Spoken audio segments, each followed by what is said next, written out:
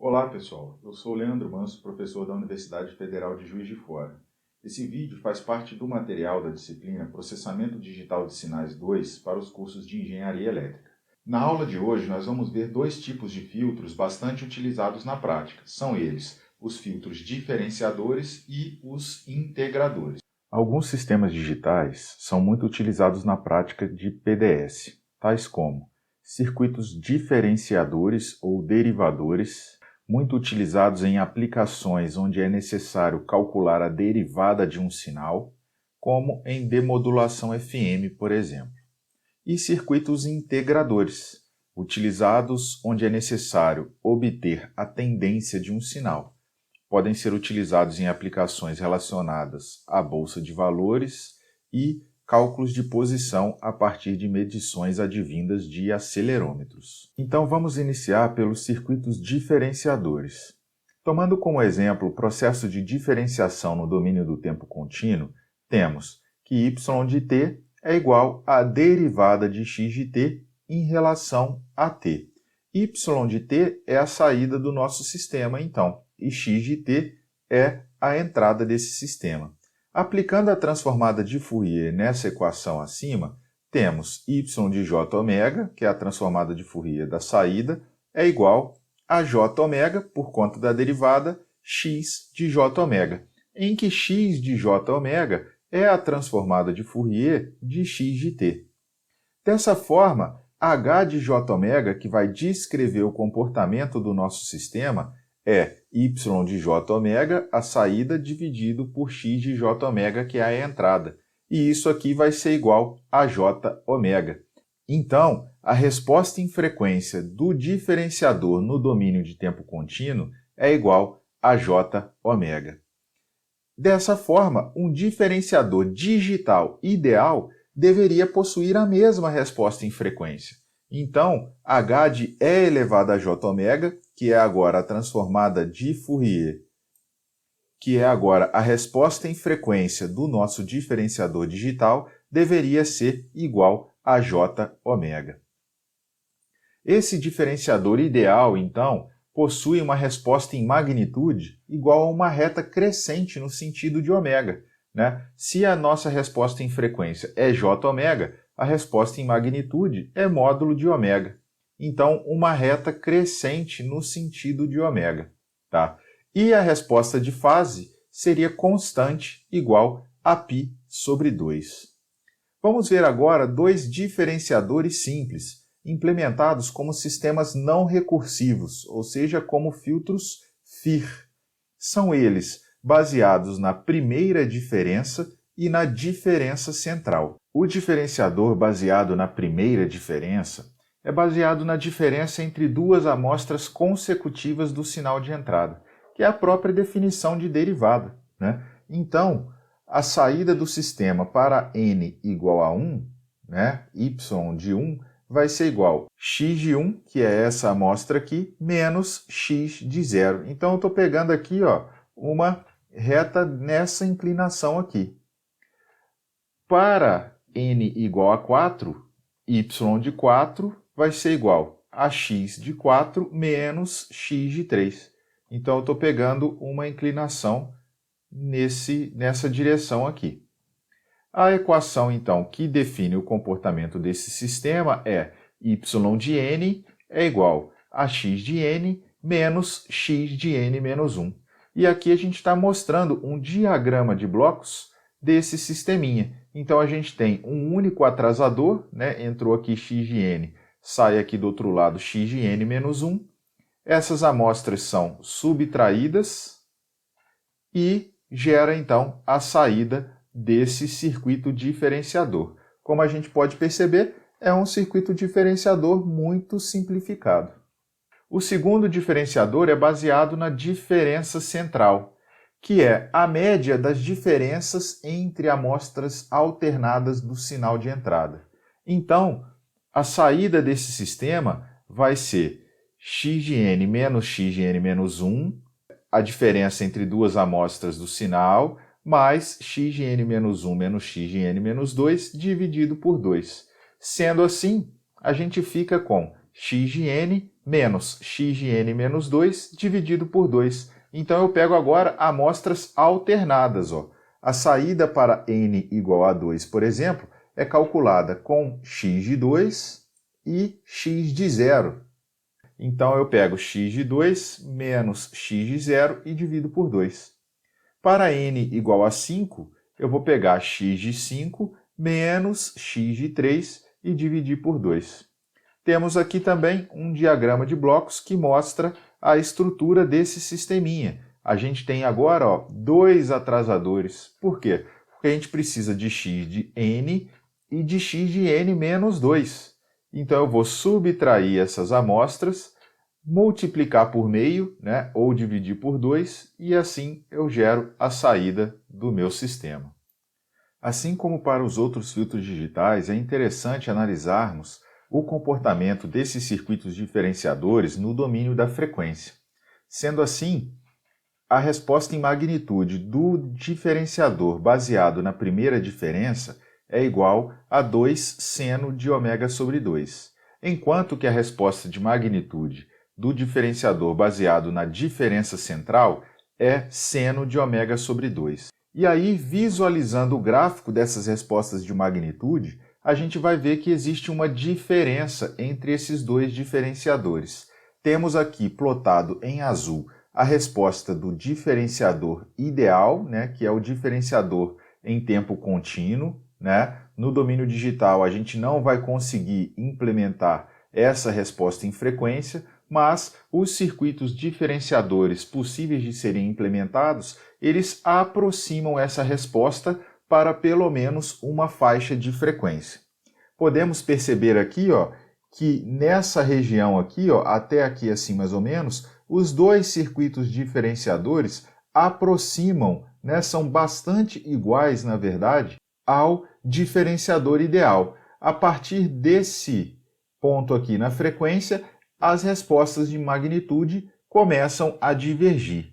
E a diferença desses dois diferenciadores estão que, enquanto o diferenciador baseado na primeira diferença amplifica os componentes de alta frequência do meu sinal, lembrem-se que esse π aqui é frequência de amostragem sobre 2, né? O eixo de frequências nosso aqui está normalizado, né? O diferenciador baseado na diferença central atenua os componentes de alta frequência.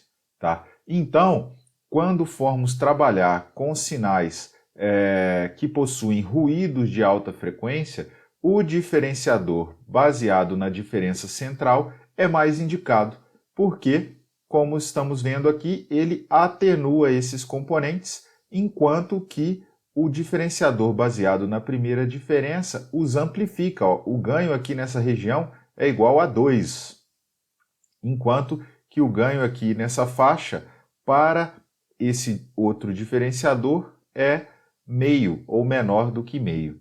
Dando um zoom aqui, né, na região das frequências mais baixas, a gente percebe que, apesar de que o diferenciador baseado na diferença central atenua os ruídos de alta frequência, como vimos no slide anterior, ele possui uma região de operação linear menor do que o diferenciador baseado na primeira diferença. Ou seja, para as baixas frequências, o diferenciador baseado na primeira diferença se aproxima mais do diferenciador ideal para um intervalo maior de frequências do que o diferenciador baseado na diferença central. Além dos dois diferenciadores bastante simplificados que vimos até agora, existem outros circuitos diferenciadores denominados de diferenciadores de banda estreita. Por que são diferenciadores de banda estreita? Porque a faixa de frequências a qual estes aproximam o diferenciador ideal é bastante restrita, como vimos até agora. E aí, de forma a manter a atenuação do ruído, mas aumentando um pouco o intervalo de operação e ainda mantendo baixo custo computacional, Richard Hamming desenvolveu a expressão para calcular os coeficientes dos chamados filtros diferenciadores de Lanczos de baixo ruído. Então, essa expressão mostrada aqui é uma expressão para gerar os coeficientes desses filtros diferenciadores de Lanczos. Nessa equação, K varia de menos m até m, e se a gente fizer m igual a 1, a gente vai obter exatamente os coeficientes do diferenciador baseado na diferença central. Um outro exemplo, para m igual a 2, a gente vai obter o seguinte filtro de 5 coeficientes. Uma vantagem desse filtro é que ele é simples de ser implementado, porém, o intervalo de frequência de operação é muito pequeno. Já vamos ver um pouquinho mais à frente a resposta em frequência desse filtro. Hamming apresentou ainda duas outras expressões dos chamados diferenciadores de super-Lanczos de baixo ruído. São eles o super-Lanczos 1, de 5 coeficientes, e o super-Lanczos 2, de 7 coeficientes.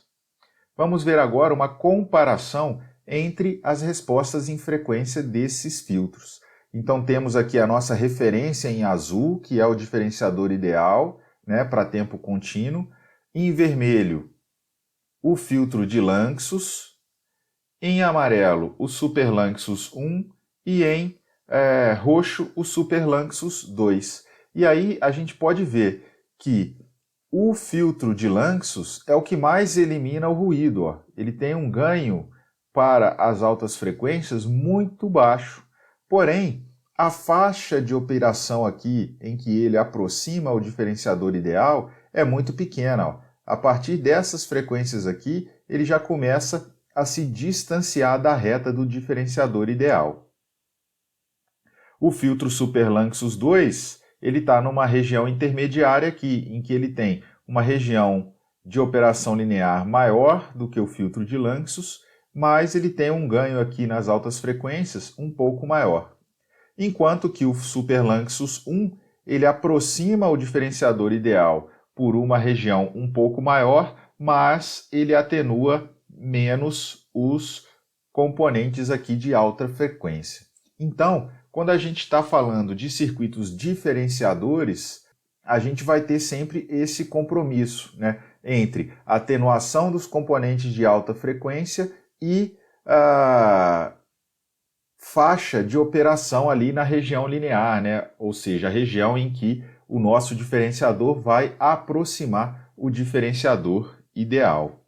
Os circuitos diferenciadores de banda estreita, né, eles são implementados como filtros FIR, e todos eles possuem coeficientes antissimétricos, o que vai garantir fase linear e, consequentemente, um atraso de grupo constante. O atraso de grupo, então, vai ser igual a D sobre 2, em que esse D é o número de atrasadores presente na cadeia de atrasadores do nosso filtro, ou seja, ele vai ser a ordem do filtro. Esses diferenciadores podem possuir atraso de grupo inteiro ou fracionário. Em algumas aplicações é necessário trabalhar com atraso de grupo inteiro, portanto, a ordem do filtro deve ser par, né? Lembrando que o atraso de grupo é a ordem do filtro sobre 2, então, se a ordem do filtro for par, G vai ser um número inteiro. Se a ordem do filtro for ímpar, G vai ser um número fracionário. Então, pessoal, vamos fazer aqui agora alguns exemplos utilizando os filtros diferenciadores que acabamos de ver. Tá? Eu vou gerar um sinal aqui senoidal para ficar mais fácil da gente verificar o resultado aqui no domínio do tempo. Tá? Vou gerar ele com uma frequência de 100 Hz e frequência de amostragem aqui de 100 kHz. Tá? Eu quero gerar 10 ciclos desse componente fundamental, então o número de pontos aqui vai ser 10 vezes a frequência de amostragem sobre a frequência fundamental do meu sinal, e eu vou gerar aqui a base de tempo para esse sinal que eu vou gerar. Então, de 0 até o número de pontos menos 1, dividido pela frequência de amostragem. Vou gerar aqui, então, meu x vai ser um cosseno de 2π vezes f1 vezes t. E vou utilizar aqui os dois primeiros diferenciadores que a gente viu. O diferenciador da primeira diferença, que possui resposta ao impulso igual a 1 e menos 1. E o diferenciador baseado na diferença central, que possui resposta ao impulso igual a 0,5 vezes 1, 0 e menos 1, né? Que ele é 0,5 vezes x de n menos x de n menos 2. E vou aplicar aqui a filtragem nesses sinais. Então, meu y filtrado pelo derivador da primeira diferença vai ser igual a filter. O numerador desse cara é o HFD, o denominador é 1, filtro FIR, e a entrada aqui vai ser o x. E vou fazer a mesma coisa aqui para o diferenciador da diferença central. Tá? E vamos plotar esse sinal aqui para a gente visualizar a operação desses filtros. Primeiro eu vou plotar aqui o x, vou dar um hold on aqui, vou plotar o y da primeira diferença e vou plotar o y da diferença central. Lembrem-se que esses filtros têm um atraso de grupo igual a d sobre 2, né, que é a ordem do filtro sobre 2. A ordem do filtro da primeira diferença é 1, então o atraso de grupo é meio. Meio não dá para eu compensar aqui. O atraso de grupo, por sua vez, do filtro da diferença central, já que a sua ordem é 2, é igual a 1. Então eu tenho que compensar esse atraso aqui. Então eu vou adiantar a minha resposta em uma amostra, para que eu consiga alinhar, né, isso com o sinal de entrada e com a resposta do filtro da primeira diferença. Bom, na verdade eu vou plotar isso aqui em dois subplots diferentes, para facilitar a nossa visualização aqui. Então no primeiro eu vou plotar o x, vou colocar um grid aqui para ajudar a gente a visualizar, e nesse de baixo aqui eu vou plotar a saída dos nossos filtros. Tá? Vou colocar aqui também um grid para facilitar a nossa visualização. Então vamos rodar isso aqui para a gente visualizar a saída. Tá? Então temos aqui o nosso sinal de entrada. A saída, percebam que ela está baixinha aqui, porque nessa região, né, o ganho do nosso filtro é bastante pequeno. Então vou dar um zoom aqui para a gente poder visualizar melhor, vou aproximar mais. Tá? Então percebam que aqui, exatamente no grid, aqui na amostra 2000, o nosso sinal de entrada está no pico. Né? Então aqui no pico a derivada deve ser 0. Então temos aqui derivada 0. Né? No outro pico aqui também, derivada 0. Quando a gente está num pico negativo aqui também, a nossa derivada é 0. E aí percebam que enquanto o sinal está aqui subindo, né, o valor da derivada é positivo, né, o que significa uma inclinação aqui positiva, enquanto o nosso sinal de entrada está descendo, a nossa derivada aqui ela é negativa, né, indicando que a gente tem aqui uma região de descida, né, uma inclinação de descida. Vamos fazer uma análise aqui com respeito à resposta de magnitude desse sinal, também para a gente visualizar aqui por que o ganho ali da saída foi pequenininho. Né? Então eu vou fazer aqui o FREC Z do H da primeira diferença e da diferença central, e vou fazer também o espectro do meu sinal de entrada, né? Utilizando aqui a FFT como a gente já está acostumado. E vou plotar, né, tanto o espectro do sinal de entrada como a resposta em frequência dos filtros para a gente poder visualizar. Tá? Então vou plotar aqui W por valor absoluto de HFD. Vou dar um hold aqui, vou plotar W por valor absoluto de HCD e vou plotar aqui, né, vou dar o stem para plotar o espectro do sinal. Então vou pegar aqui o eixo de frequência, como o ômega ali está normalizado, eu vou normalizar esse aqui também então vezes π dividido por frequência de amostragem sobre 2, e vou pegar o absoluto do x, que é o espectro do meu sinal de entrada. Então, vou rodar isso aqui para a gente poder visualizar.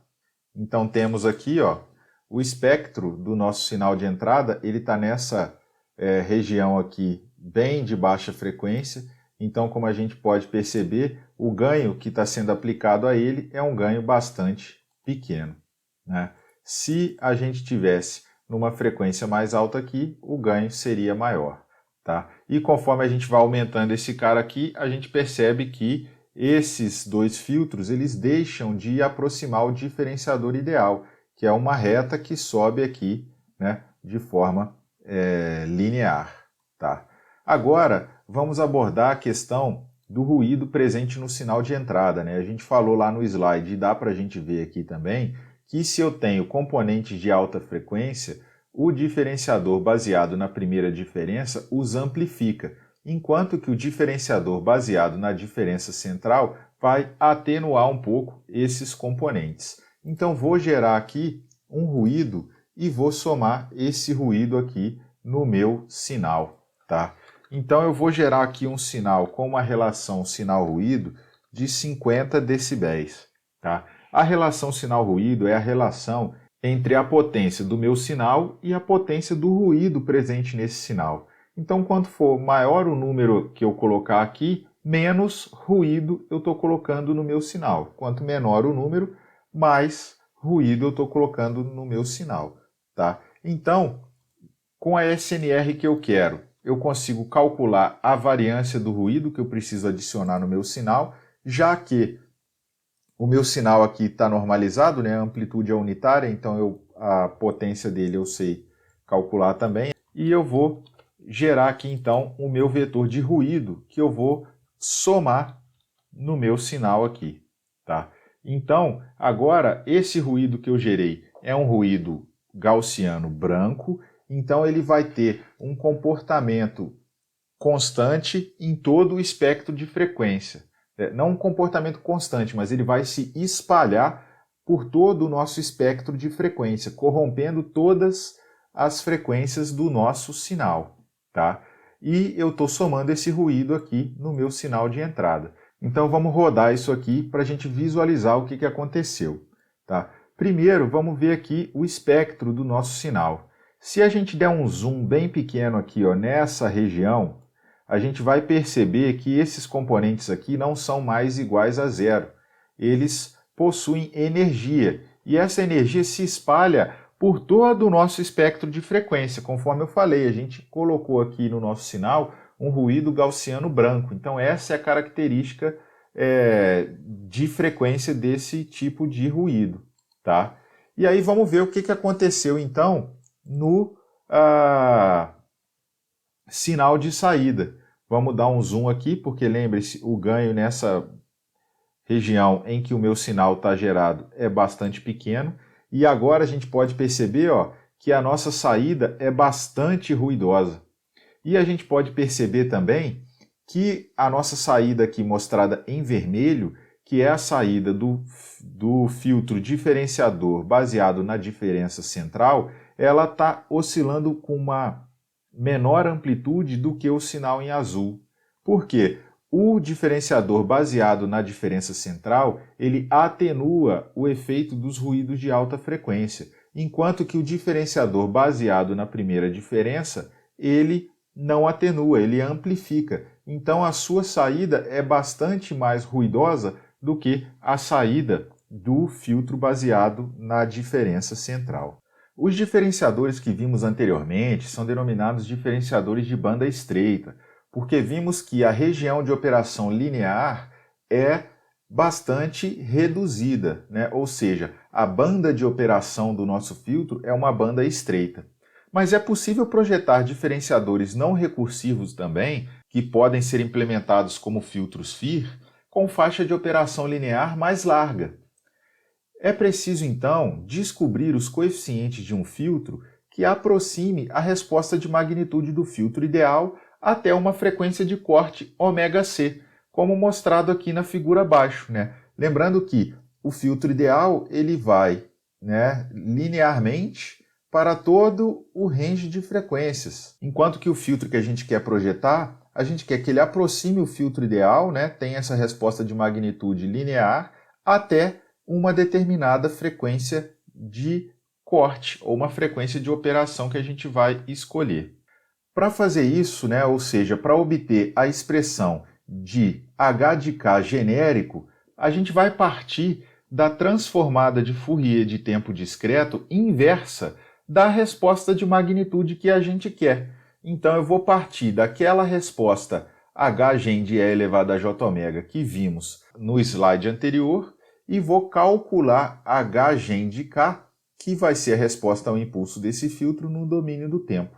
Então, isso aqui vai ser igual a 1 sobre 2π, de menos ωc até ωc, já que a gente quer que a nossa resposta aproxime o filtro até essa frequência de corte e seja zero para frequências maiores que essa, do h ideal, né, de e elevado a j ômega, porque para até a frequência de corte essa resposta vai estar sendo igual ao h ideal, e elevado a j ômega k, d ômega, né, é a expressão da transformada inversa de Fourier de tempo discreto. Isso aqui então vai dar 1 sobre 2π, a resposta do filtro ideal é j ômega, né, é elevado a j ômega k d ômega. Então ficamos com essa integral aqui para resolver. Tá? É possível resolver essa integral aqui utilizando o método de integração por partes. Não vou perder tempo aqui resolvendo essa integral e já vou passar direto para o seu resultado. Então, a nossa expressão h gen de k vai ser igual a ωc cosseno de ωck dividido por πk menos seno de ωck dividido por πk ao quadrado, para h de menos infinito até mais infinito. Tá? E o h gen de zero é igual a zero. A expressão obtida anteriormente mostra que para aproximar a resposta desejada é necessário um número infinito de coeficientes, né? O k varia de menos infinito até mais infinito. Na prática, não dá para fazer isso, né? Não dá para trabalhar com um filtro com infinitos coeficientes. Então, é necessário truncar o número de coeficientes para um número factível e tornar também h gen de k causal. Então, dessa forma, a expressão se torna essa mostrada aqui. A gente vai truncar o número de coeficientes, então agora o k ele vai de 0 até um número n-1 finito, e a gente aplica um deslocamento temporal aqui, de forma a tornar essa sequência h gen de k causal. Tá? Então a expressão fica como essa mostrada aqui, o m vale n-1 sobre 2 e k varia de 0 até n-1. Se o n for ímpar, é necessário ainda fazer o termo central, h gen de k igual a zero, porque eu não posso ter aqui divisão por zero, né? Então temos aqui um exemplo em que escolhemos a frequência de corte do nosso filtro 0,8π e n igual a 20. Então podemos perceber aqui, ó, que temos um filtro em que a aproximação da resposta ideal ela se estende por uma faixa de frequências maiores.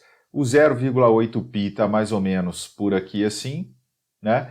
Aí a gente percebe que quando vai chegando próximo ao 0,8π, começa a oscilar aqui a nossa resposta de magnitude, né? Devido à operação de truncar o número de coeficientes, igual vimos em projetos de filtros FIR nas aulas anteriores. Se a gente aumentar a ordem do filtro, a gente vai ver que essa oscilação diminui, né? Então a gente tem que ter esse balanço aí entre a qualidade da aproximação aqui da nossa resposta e a ordem do filtro derivador que vai ser possível implementar no nosso sistema. Então agora, pessoal, vamos implementar aqui no Octave o projeto desse filtro de banda larga para a gente ver o efeito da variação da ordem do filtro. Tá? Então vou escolher aqui uma frequência de corte WC de 0,8 vezes π, para ficar igual lá do slide, e vou começar aqui com um filtro de ordem 20.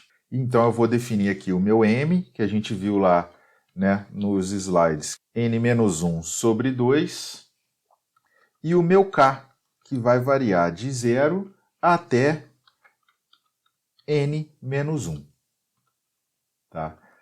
A nossa expressão Hgen, então, vai ser igual a WC vezes cosseno de WC vezes K menos M, isso aqui dividido por π vezes K menos M, menos seno de WC vezes K menos M dividido por π vezes K menos M ao quadrado. Percebam que eu estou colocando aqui ponto dividido e ponto ao quadrado, porque o K é um vetor, né? Então eu quero dividir ponto a ponto. E o meu Hgen vai ser um vetor.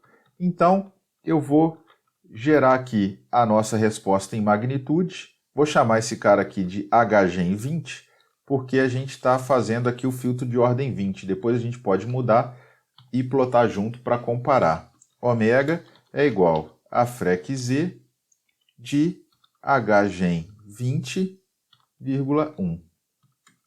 Feito isso, eu vou plotar aqui então, figure. Vou plotar primeiro ômega por ômega, né, que é a resposta linear do filtro ideal, tá? Vou plotar isso aqui numa linha mais grossa, só para ficar mais fácil da gente ver. Vou dar um hold aqui e vou plotar agora ômega por valor absoluto de Hgen de 20. Também vou botar aqui numa linha mais grossa, para a gente poder visualizar. Vou limitar aqui o eixo x de 0 até π, é só para a gente melhorar a nossa visualização, e o eixo y também vou colocar de 0 até π. E vamos rodar isso aqui então. Opa, esqueci de colocar um igual aqui. Então vejam lá, saiu aqui a nossa figura, ó, igual a que estava lá no slide. Tá? Vamos gerar agora um outro filtro de ordem diferente para que a gente possa comparar aqui a qualidade dessa aproximação. Então, eu vou gerar aqui, ó, tudo de novo para a ordem 50, por exemplo. Então, vou botar aqui H50, Hgen 50, 50 e vou plotar esse cara aqui junto com o outro, com a nossa figura, para a gente visualizar o que vai acontecer então. E aí vejam, ó, que o filtro de ordem 50 ele oscila menos aqui na região de passagem, né? E aqui também temos uma transição mais brusca, né? O mesmo comportamento que a gente viu nos projetos de filtros FIR pelo método do janelamento, né? Lá também a gente tinha que truncar a resposta ao impulso do filtro ideal para um número finito de coeficientes. Então o comportamento é exatamente o mesmo observado aqui para esse filtro. Tá? E percebam que, de qualquer forma, esse cara aqui tem uma região de operação linear, né, maior do que os filtros de banda estreita que a gente viu anteriormente. Né? Aqui eu tenho, ó, o π sobre 2, mais ou menos. Né? Então a gente pode considerar que eles estão aproximando bem aqui até π sobre 2. Né? Então já é uma região bastante significativa aí do nosso espectro de frequência. Vamos estudar agora os integradores. Né? A ideia de integração é bem definida para o domínio do tempo contínuo, porém não muito clara para o domínio do tempo discreto. Mostraremos então algumas maneiras de se aproximar à integração contínua por filtros digitais, que calculam numericamente a integral em sinais discretos. Lembrando que calcular a integral de um sinal é calcular a área embaixo da curva descrita por este sinal. A maneira mais simples de se obter a área embaixo de uma curva x de t é simplesmente somar as amostras da sua versão discreta x de n. Então, temos aqui, graficamente, ilustrando esse comportamento. Esse aqui é o chamado método de integração retangular, ou seja, eu vou pegar o valor dessa amostra, isso equivale a ter um retângulo aqui de base unitária e altura igual ao valor da amostra, e vou somar com o valor dessa amostra aqui, que equivale a ter um retângulo de base unitária e altura igual ao valor dessa amostra, e vou acumulando com a área de todos esses retângulos, que é o valor de cada uma amostra. Então, a nossa saída é descrita por y de n é igual a x de n mais y de n menos 1. Ou seja, eu somo o valor da amostra atual na soma de todas as amostras anteriores. Tenho aqui um sistema acumulador. E agora percebam, já é um sistema recursivo. Então não é mais implementado como um filtro FIR, e sim como um filtro IIR. A resposta em frequência desse sistema é dada por 1 dividido por 1 menos E elevado a menos J ômega. E aí percebam que a gente está fazendo aqui uma aproximação da área embaixo da curva. Por quê? Existem erros. Esse pedaço de área aqui eu não estou somando. Assim como esse pedaço de área aqui. Mas eu estou somando áreas que eu não deveria somar, como esse pedaço aqui e esse pedaço aqui, por exemplo. Então, o meu resultado ele é uma aproximação da integral. Outra maneira de realizar o processo de integração ou cálculo da área embaixo da curva é através do método trapezoidal, em que a gente tem uma reta traçada entre duas amostras consecutivas e obtemos aqui a área de um trapézio. Lembrem-se que a área desse trapézio aqui é a base maior do trapézio mais a base menor do trapézio vezes a altura dividido por 2. Como a altura do nosso trapézio aqui é unitária, a gente tem base maior mais base menor dividido por 2. Ou seja, meio vezes x de n, base maior, mais meio vezes x de n menos 1, base menor. A altura é unitária. Então, eu vou ter meio x de n mais meio x de n menos 1. E eu vou calculando essa área para todos os trapézios. A cada amostra que eu ando no meu sinal, eu formo um trapézio diferente e acumulo isso na área calculada anteriormente. Então, a gente tem a área do trapézio mais y de n menos 1 para poder fazer essa acumulação. Tá? Então, no domínio do tempo, y de n é igual a 0,5x de n mais 0,5x de n menos 1 mais y de n menos 1. No domínio da frequência, temos a seguinte expressão: h de E elevado a j ômega é igual a meio mais meio E elevado a menos j ômega dividido por 1 menos E elevado a menos j ômega. Novamente, é um sistema recursivo, portanto, implementado como um filtro IIR. Uma outra forma popular é utilizar a regra de Simpson para obter a área embaixo da curva. Esse método utiliza 3 amostras do sinal de entrada. No domínio do tempo, ele é descrito como nessa equação aqui. Então, y de n vai ser igual a x de n mais 4x de n menos 1 mais x de n menos 2, isso tudo dividido por 3, mais y de n menos 2. Então, percebam, quando eu estou calculando para essa amostra aqui, eu vou utilizar ela e 2 amostras passadas, 3 amostras da entrada, e vou utilizar a saída de 2 amostras passadas. Então, h de E elevado a j ômega é dado por essa expressão aqui, 1 mais 4E elevado a menos j ômega mais E elevado a menos J2 ômega dividido por 3, que multiplica 1 menos E elevado a menos J2 ômega. Para comparar o desempenho dos integradores, vamos partir do integrador ideal, contínuo, assim como fizemos com os circuitos diferenciadores. Então, se a gente pensar que a gente está integrando um sinal senoidal, definido por cosseno de ômega-t, a gente obtém seno de ômega-t dividido por ômega. Então, a resposta em magnitude do integrador ideal é 1 sobre ômega, né? Ou melhor, módulo de 1 sobre ômega. Então, aqui temos graficamente, mostrando a resposta em magnitude do integrador ideal. Aqui temos, além da resposta em magnitude do integrador ideal, a resposta para os outros integradores, o retangular, o trapezoidal e o Simpson. E aí a gente pode perceber que para baixas frequências, os 3 integradores utilizados possuem boa acurácia, eles são muito próximos do integrador ideal.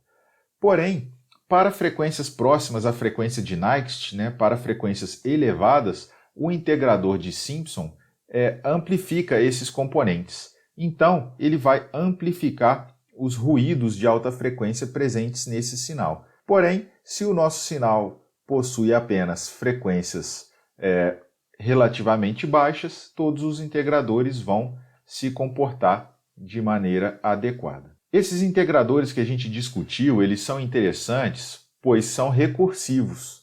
E, embora sejam recursivos, apresentem fase linear. Porém, apenas os integradores trapezoidal e Simpson apresentam fase igual ao integrador ideal, que é π sobre 2. Todos os integradores acima têm os polos da função de transferência no domínio Z em Z igual a 1, correspondendo a uma frequência cíclica de 0 Hz.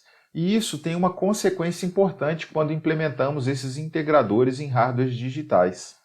Esses polos forçam que a gente garanta que o formato numérico do nosso hardware possa acomodar os resultados de soma, quando a sequência de entrada x de n possui um valor médio diferente de 0.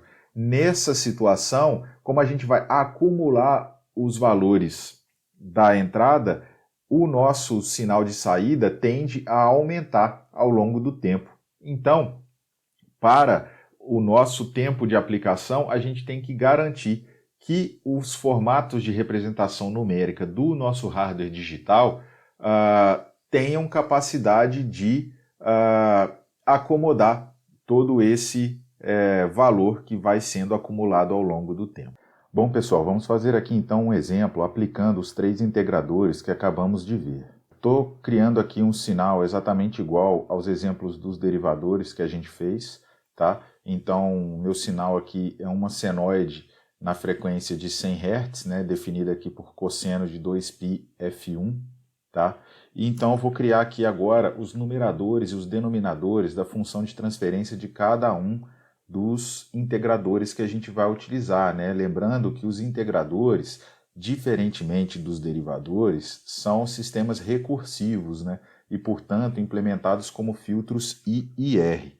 Então eu vou declarar aqui o numerador do integrador retangular, que é 1, e o denominador do integrador retangular, que é igual a 1 e menos 1.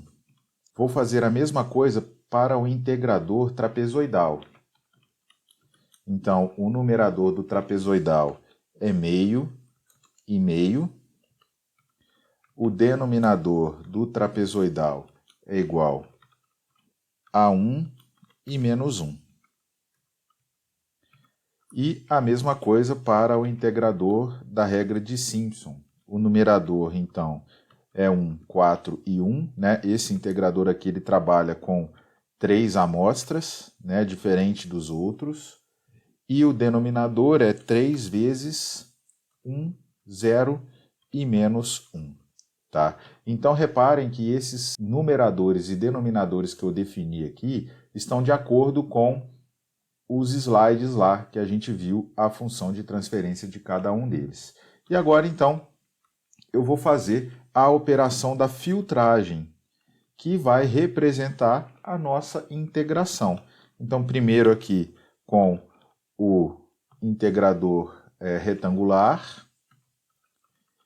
Depois eu vou fazer a mesma coisa para o trapezoidal e, por fim, para o integrador Simpson. E vou plotar esses resultados aqui agora numa figura. Vou fazer um subplot aqui para plotar o sinal de entrada separado para facilitar a nossa visualização. Então, plot do x, vou dar um grid on aqui. No outro subplot, eu vou plotar o resultado do retangular, vou dar um hold, vou plotar o resultado do trapezoidal e vou plotar o resultado do Simpson. E vou colocar um grid aqui também para facilitar a nossa visualização. Então vou rodar esse código aqui para a gente ver e avaliar o resultado. Então, pessoal, está aqui, ó, no gráfico de cima a gente tem o nosso sinal, que é um cosseno, e no gráfico de baixo aqui a gente tem a saída dos 3 integradores sobrepostas. E a gente pode perceber, ó, eu estou integrando um cosseno e estou obtendo aqui um seno como resultado, o que está correto, né? A integral do cosseno é o seno. E se a gente der um zoom aqui, né, bem próximo para os 3 integradores, a gente vai perceber que existe uma pequena diferença entre eles, mas que no geral eles se comportam bastante bem, como já era previsto, né? Vimos lá nos slides que para baixas frequências os 3 integradores têm um comportamento bastante semelhante e se aproximam do integrador ideal. Então, pessoal, com esse exemplo, a gente encerra o conteúdo deste vídeo. Até mais!